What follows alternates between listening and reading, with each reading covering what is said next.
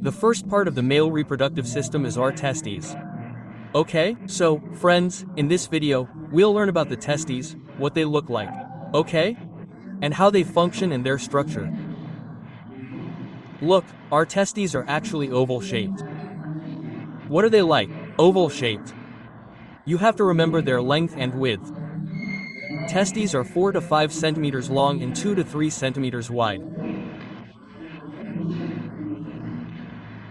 They can be anywhere from 2 to 3 centimeters wide. So, this is the main general structure of the testes, okay? The testes project outward from our bodies. They are kept outside the body. And where do they keep them outside the body? In a pouch-like structure. In what? In a pouch-like structure. What do we call this pouch? We call this pouch the scrotum. What do we call this pouch? The scrotum. So why do we keep our testicles in the scrotum? The reason is because what is in the scrotum? The temperature that the testicles get is 2 to 3 degrees Celsius less than body temperature. Less than body temperature. And what is this temperature required for? This temperature is required for sperm formation. What do we need this temperature for? To make sperm. For sperm formation, we need a temperature 2 to 3 degrees Celsius less than the body. Right? So this is our most important thing about the testicles. We keep the testicles in our scrotum, outside the body. Right? Now, the covering of the testis has a dense covering on the outermost part of the testis. It's a tight covering. What do we call this covering? The outermost covering of the testis, which protects it, is called the tunica albuminea.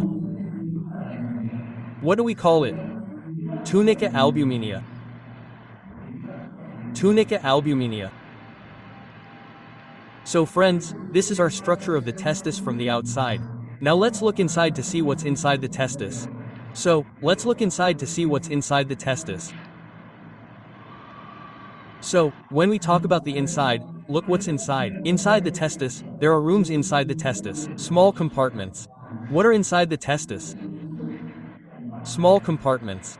Inside the testis, there are 250 compartments. How many compartments? 250 compartments. There are 250 compartments inside one testis. 250 compartments. Okay, what happens inside these compartments? Sperm formation will occur. How will sperm formation occur inside these compartments? So let me zoom in a little and show you how. Suppose we assume this is one of our compartments, located inside the testis. Okay, now, what happens inside it? Inside this compartment is the seminiferous tube. Which tube? The seminiferous tube. Inside it is the seminiferous tube. Two types of cells are found inside this seminiferous tube. Two types of cells are found inside this seminiferous tube. Now, I'm going to magnify the seminiferous tube and show you. Okay, so, inside the seminiferous tube, two types of cells are found. One is our male germ cell. This is our germ cell. What will it become? What will it do with one sperm when it goes into meiosis? It will make 4 sperm from one. A male germ cell goes into meiosis and produces 1 to 4 sperm. Okay, and what's the second cell inside it? The second one is our Sertoli cell. The second one is our Sertoli cell. What does this Sertoli cell do? This Sertoli cell provides nutrition to these developing sperm, that is, it gives them nutrition so they can grow. Okay? So the main thing we have to remember is that inside the testis we have 250 compartments, which we call lobules. What do we call them? Lobules. Testicular lobules. There are 250 compartments. Within each compartment is a seminiferous tube. Which tube is that? A seminiferous tube. Now, these seminiferous tubes can be 1 compartment, 2, or even 3. So, 2 to 3 vertices form, brother, there could be 2 or 3.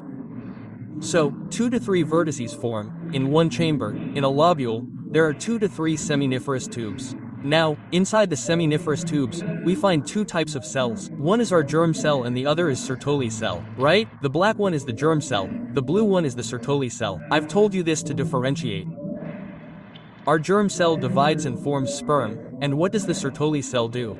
It provides nutrition to these sperm for development. Right? So, this was our complete structure of the testis. Now you should understand the testis very easily. Now, in my next video, I'll tell you about the accessory ducts.